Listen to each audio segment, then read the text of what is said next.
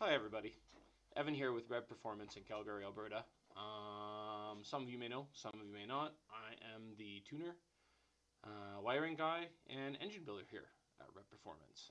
So I basically do most of the performance stuff. We've all been kind of talking, and we've kind of decided to do like a kind of video series outlining why we make the choices we make on the components that we use in any given build. So that comes to injectors, ECUs, fuel system components, even down to the driveline, clutches, things like that. Why do we use what we use? We find that maybe these things aren't explained well enough. It seems like a lot of witchcraft and stuff. So we're trying to make it more of something that the average guy can understand, so that you can understand why we maybe push for a higher quality item in your build. So today we're going to talk about injectors. So we're going to talk about why injectors are so important, right? Okay, so what does an injector do? An injector supplies a metered amount of fuel to the engine depending on what the ECU is commanding. Um, so there's, I guess, three key things that an injector should do. First and foremost, most important, and we'll go through those. So the first thing an injector should be is dynamically flow balanced.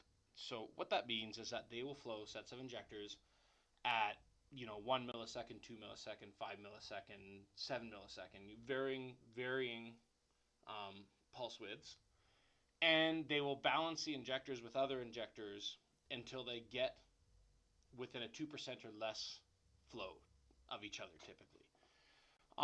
So this is a big help with cylinder to cylinder balance. As you can imagine, you definitely don't want like a flow variance of like 5-10% between injectors, because then let's say on boost, let's say when the worst thing can happen, right? You're targeting like an air fuel ratio of 11.8 to 1, and you have a flow variance on one injector of let's say 5 or 6%. Well, now one cylinder could possibly be running into the low to mid 12s, because your wideband sensor is only getting an average of what's coming out of the engine at the downpipe, whatever, unless you're lucky enough to have individual cylinder lambdas, which is unusual.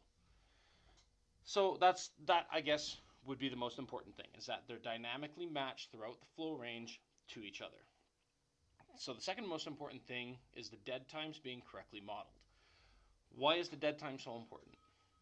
The dead time, depending on where you are in the rev range of the engine, is very important to the fuel model. The fuel model, as we'll get into in a minute, must know exactly how much the injector is delivering at any given pulse width. So dead time is basically the time from when the voltage is applied to the injector, I should say, to when the injector opens and starts delivering fuel.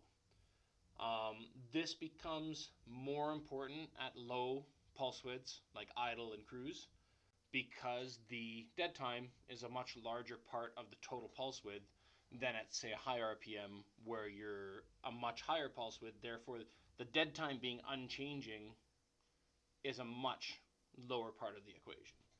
So, like, let's say you're targeting like 1.5 milliseconds. Let's say that gives you a stoic ratio on a 2-liter. 1.5 milliseconds with a 1000 cc injector gives you stoic ratio, right? So if we're talking about an ID1000, that dead time at 14 volts is going to be around 0.9 milliseconds. So you can see if you're pulsing the injector at 1.5 milliseconds, then 0.9 milliseconds is almost 3/4 of the total pulse width. In cruise, not as important, but still important. Again, you'll be around 3 to 4 milliseconds, right? If you're 0.9 milliseconds, that's rounded up to 1, right? Then you're a quarter. Your dead time now becomes a quarter of the total pulse width. Wide open throttle, you'll notice it a lot less, because we're talking 10 milliseconds. Now you're 1/10 of the total pulse width. So as you can see, that's why dead time is so important. The ECU needs to know how much fuel it's delivering for a given total pulse width. So now we come to the last, I guess the third thing, and that is short pulse width modifiers. So I'll start by explaining why we want those. So any injector will have the linear zone where a given millisecond pulse width will command a given amount of fuel, right? And then you'll have, once you fall below a certain millisecond, let's say on an IED 2000, right, the linear range ends at around 1.5 milliseconds, and then below 1.5 milliseconds, you end up being nonlinear. So what that means is that it becomes more erratic. So the amount of fuel delivered in that nonlinear area is exactly what it says, nonlinear. Whereas anything above that, if you give it a certain amount of pulse width, you will get a certain amount of fuel, right? And so what they've done is in a laboratory, they've modeled these modifiers, as we'll have a look on our table here. I've had this open the whole time. Let's have a look.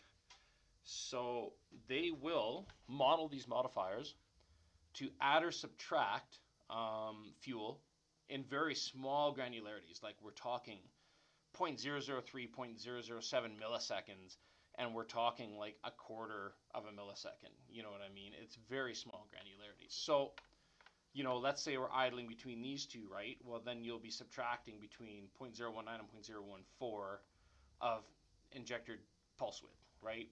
So, but as we've said, it's nonlinear. So if you get over here, you can see we're adding in this area 0.04, 0.05, then we get up here, but it's very random. So we're like 0.010, 0.0019, right? So this is all modeled in a lab. This is how the injectors behave. So this data is really important, again, to give the ECU a complete picture of what's going on. So the more accurate your fuel is, the more accurate your tune will be.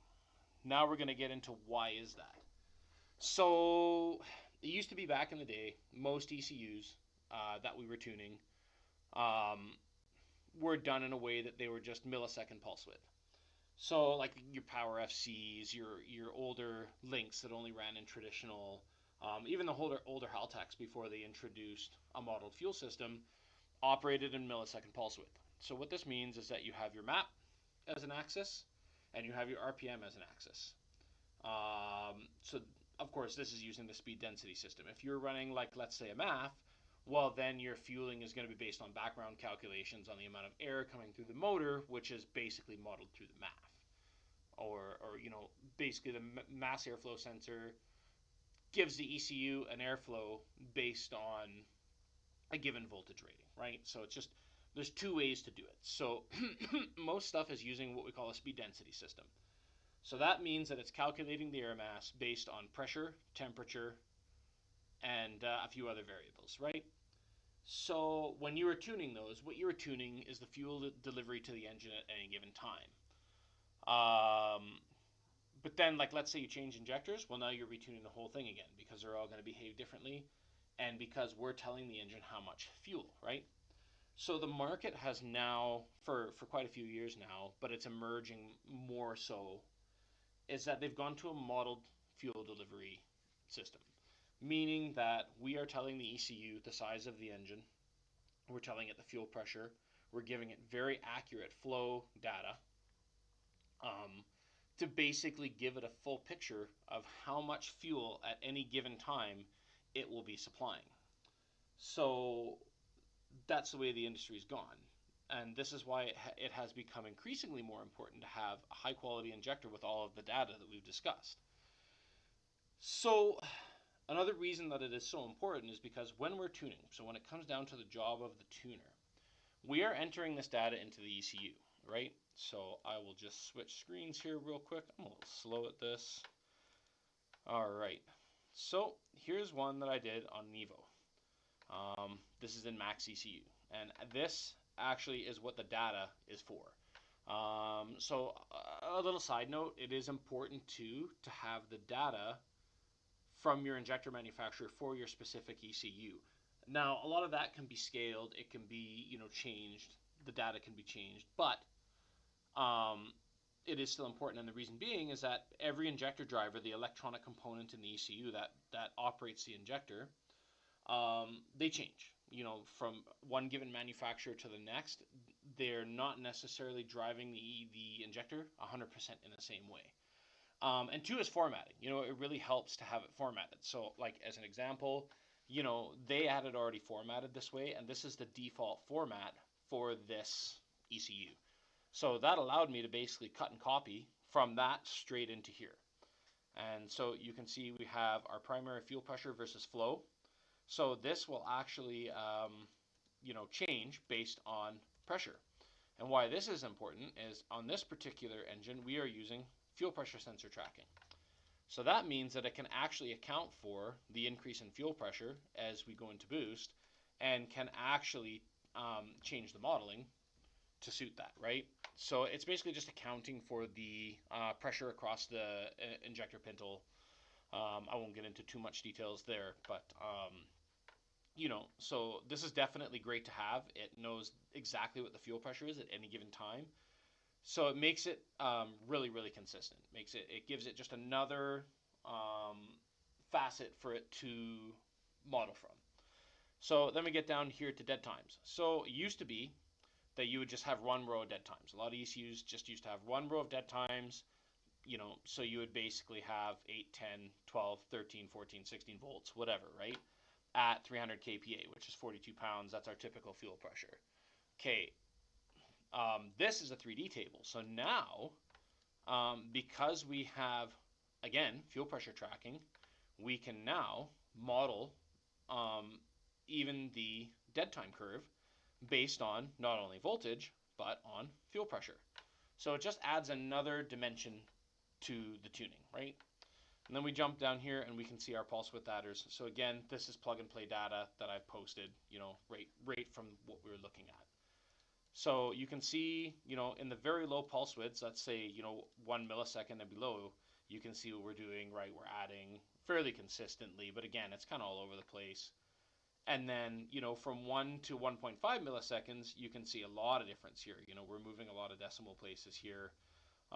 So there's a lot happening. And I mean, it's not going to make it perfect. But this car, being a 2-liter, would idle at 0.94 lambda fairly reasonably. So that's the thing, is when you're talking about fuel systems where you're going to run ethanol on, et cetera, as you may not know, but ethanol requires about up to 50% more fuel flow. So that comes down to the injector, that comes down to the fuel pump, that comes down to everything. So because of that, if you're running a flex fuel setup and you're running, let's say, big power, you have to have a large injector to support that power. Like, let's say you're making 700 horsepower on an Evo, right? You're going to chew that injector up on ethanol. So you need that flow. But you also want it to behave when you're driving it too, right? Because you don't want a car that literally just does watt and nothing else. So that, again, becomes why injectors are so important. And it's important to select an injector that's going to suit your needs. So we always try to go as small as we can while still leaving like 30% headroom. It's always good to have that extra headroom. You never know. We are also using closed loop lambda control, so we definitely don't want to be on the brink, especially if, let's say, it's running lean for some reason and it needs that additional pulse width to level that out until you can actually see what's going on, right? So it's important to have a little bit of headroom, but you don't want to go and throw a 1700 cc on an injector on a car that's going to make 400 horsepower always on the street. That's never going to use more than 50% of the potential of the injector. So the smaller injectors, the smaller the injector is, the better behavior you're going to get out of it. That's just a given. So again, it's important to size it to what you're going to do. But the beauty of a modeled fuel system is that you're using the injector flow to calculate your volumetric efficiency or airflow through the engine. So the good thing about that is that now, unlike before where we were mapping pulse width, now we're mapping airflow through the engine. So the ECU knows at any given time, approximately, not even approximately, very accurately, how much air is being flowed through the engine. So when we're talking about maintaining fuel ratios, we're just talking about ratios, right? So if it knows that 14.7 pounds of air flowing through the motor, and we're trying to target stoic 14.7 to 1, then that means that it needs 1 pound of fuel. 14.7 pounds of air, 1 pound of fuel. So we're basically using the injector and assuming that the data is accurate to back calculate and to validate our volumetric efficiency table. And even further so, in Mtron, validate a whole bunch of other things, which we'll get to when we talk about Mtrons and why we're kind of swinging towards using the Mtrons for our high-end builds. But yeah, hopefully that kind of helps some understanding. If you have any questions, you can always comment on the video, contact us directly, info@revperformance.ca, and we'll be happy to answer any questions that you may have about what we're doing. So just gotta close my thing. Thanks for watching, and we'll see you on the flip side.